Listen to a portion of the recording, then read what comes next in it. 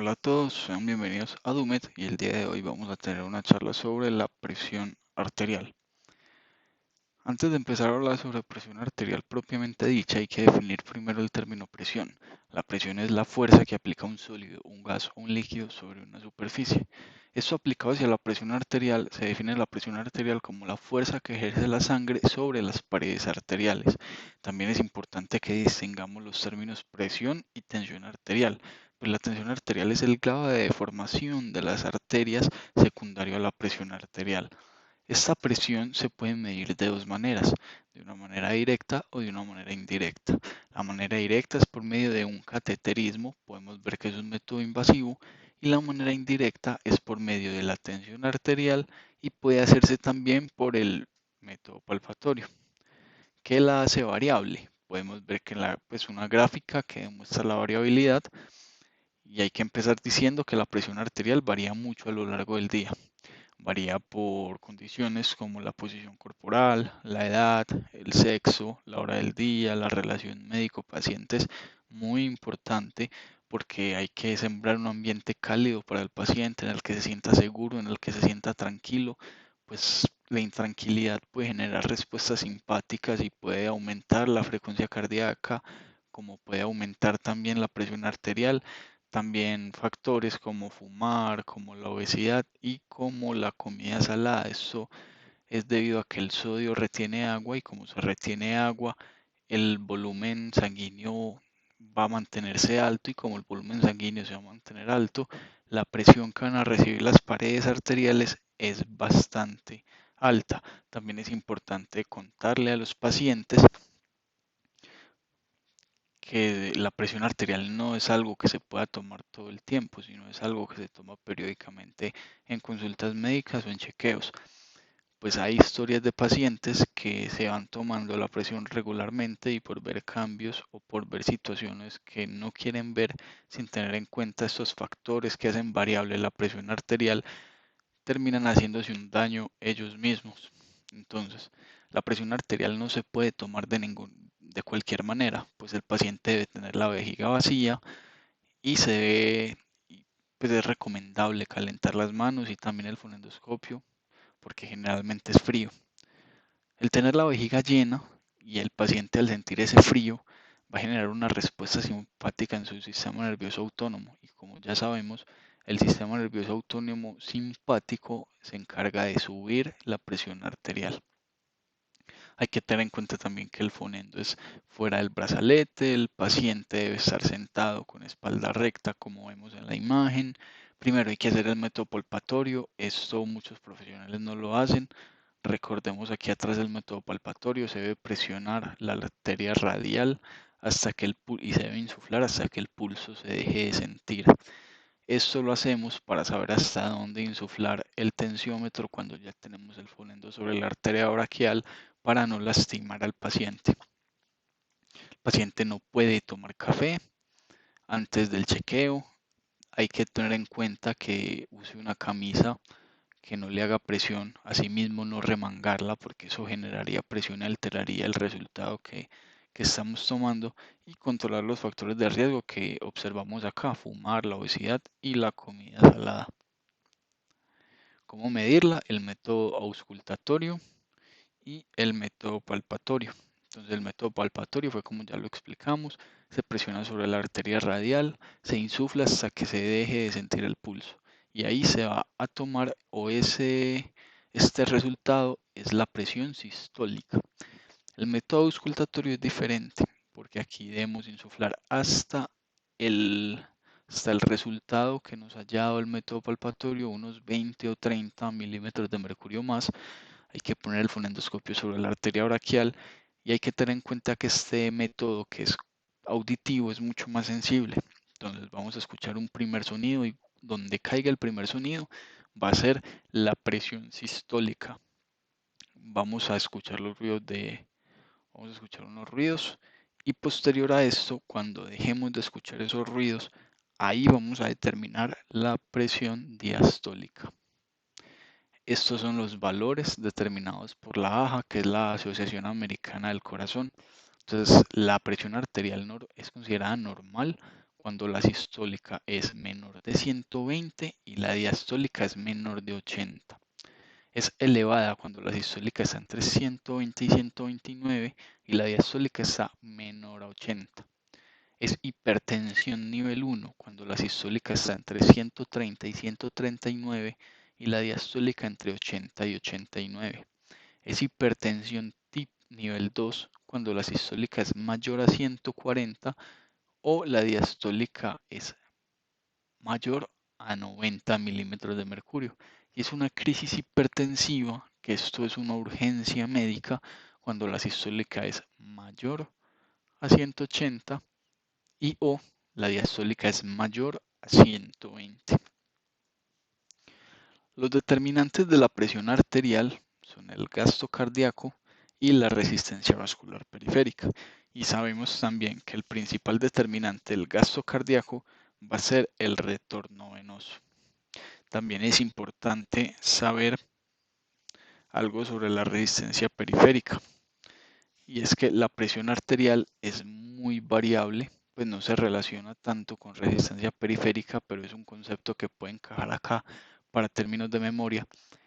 Y es que la presión arterial es muy variable hasta que llega a las arteriolas. Cuando llega a las arteriolas, la presión se vuelve muy difícil de tomar y también toma una característica y es que se vuelve una presión muy continua. Es importante también tener en cuenta estas presiones de las que vamos a hablar a continuación, empezando por la presión diferencial, también llamada presión de pulso. La fórmula de la presión diferencial es presión sistólica menos presión diastólica. Esa presión diferencial no debe ser tan alta porque si es tan alta puede indicar insuficiencia aórtica. Sabemos que la insuficiencia aórtica es cuando funciona inadecuadamente la válvula aórtica, que es la que separa el ventrículo izquierdo de la aorta. Y entonces, cuando esta válvula está disfuncional, la sangre se puede devolver. Y es por eso que si tenemos una presión diferencial aumentada, podemos, o esto puede ser un indicativo de insuficiencia aórtica. Este valor debe rondar aproximadamente los 40 milímetros de mercurio. Esto depende y varía mucho según la persona, pero según los estándares y según algo, pues, según el argot común, la presión sistólica debe ser 120 y la diastólica debe ser 80. Vamos a pasar ahora a hablar sobre la presión arterial media. Esto es un promedio de todo el ciclo cardíaco. Es muy importante desde la visión sanguínea y su fórmula es la presión diastólica más un tercio de la presión diferencial, que es esta que acabamos de ver, presión sistólica menos presión diastólica. Otro ítem importante es el índice tobillo-brazo. Esto puede ser determinante para la enfermedad arterial periférica. Hay que medir la presión en el tobillo y hay que medir la presión en el brazo. Para sacar el índice tobillo-brazo hay que hacer el cociente entre la presión tobillo y la presión vaso. Si este cociente nos da entre 1 y 1,4, determinamos que no hay una obstrucción. Si está entre 0,9 y 1, determinamos que hay una obstrucción límite. Y si el resultado es menor a 0,9, el resultado o determinamos que el paciente puede estar pasando por una enfermedad arterial periférica. La presión arterial tiene ciertos mecanismos de control. Tiene unos mecanismos de control que son rápidos, unos que son intermedios y otros que son tardíos. Vamos a comenzar hablando sobre los rápidos. Los mecanismos rápidos son de dos tipos. El primero son los varoreceptores. Hay que recordar que varo hace referencia a presión. Aquí hay unos sensores de alta presión que son el callado aórtico y el seno carotidio. Cuando uno de estos dos varoreceptores sensa estiramiento de las fibras, va la información por el nervio de Hering, por el nervio glosofaringeo y por el nervio vago hasta el núcleo del tracto solitario en el bulbo raquídeo.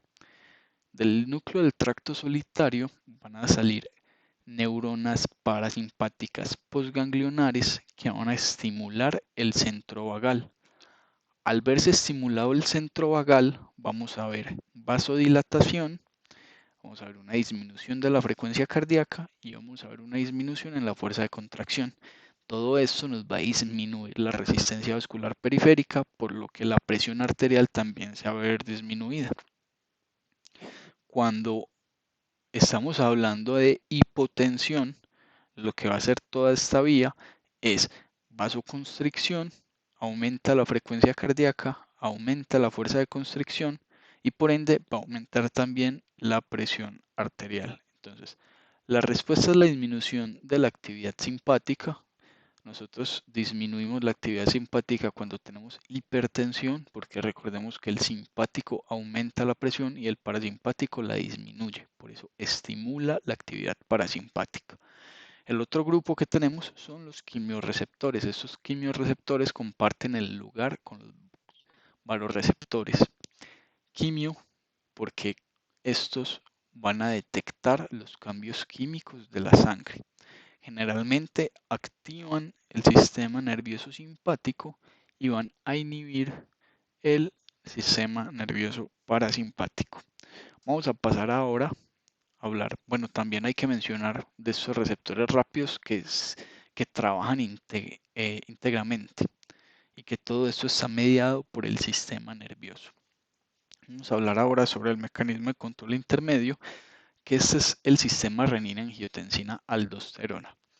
Entonces, el angiotensinógeno es una proteína que se sintetiza en el hígado.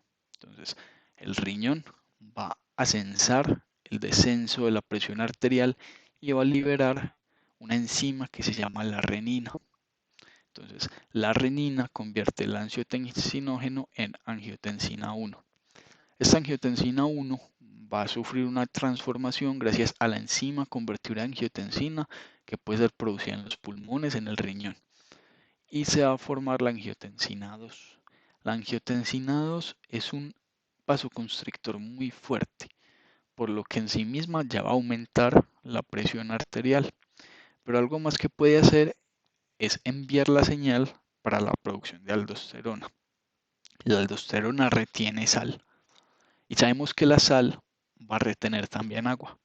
Entonces, como se retiene sal y se retiene agua, va a haber un mayor volumen sanguíneo. Entonces, como vamos a tener un mayor volumen sanguíneo, vamos a tener también un aumento de la presión arterial. Vamos a hablar ahora de los mecanismos de control tardíos. Y aquí es cuando ya el riñón toma la batuta. Entonces, cuando vemos que la presión arterial está aumentada, el riñón lo que va a hacer es aumentar la eliminación de sal y de agua. Como ya hemos hablado, la sal va a arrastrar, se va a pegar al agua. Entonces, como estamos eliminando sal y agua, va a disminuir el volumen sanguíneo y va a disminuir la presión arterial. Cuando tenemos hipotensión, el riñón va a disminuir la eliminación de sal, por ende la eliminación de agua. Entonces esto va a aumentar o a mantener un volumen sanguíneo y se puede aumentar la presión arterial. Esto fue todo sobre presión arterial que teníamos para hablar el día de hoy. Nos vemos en un próximo video.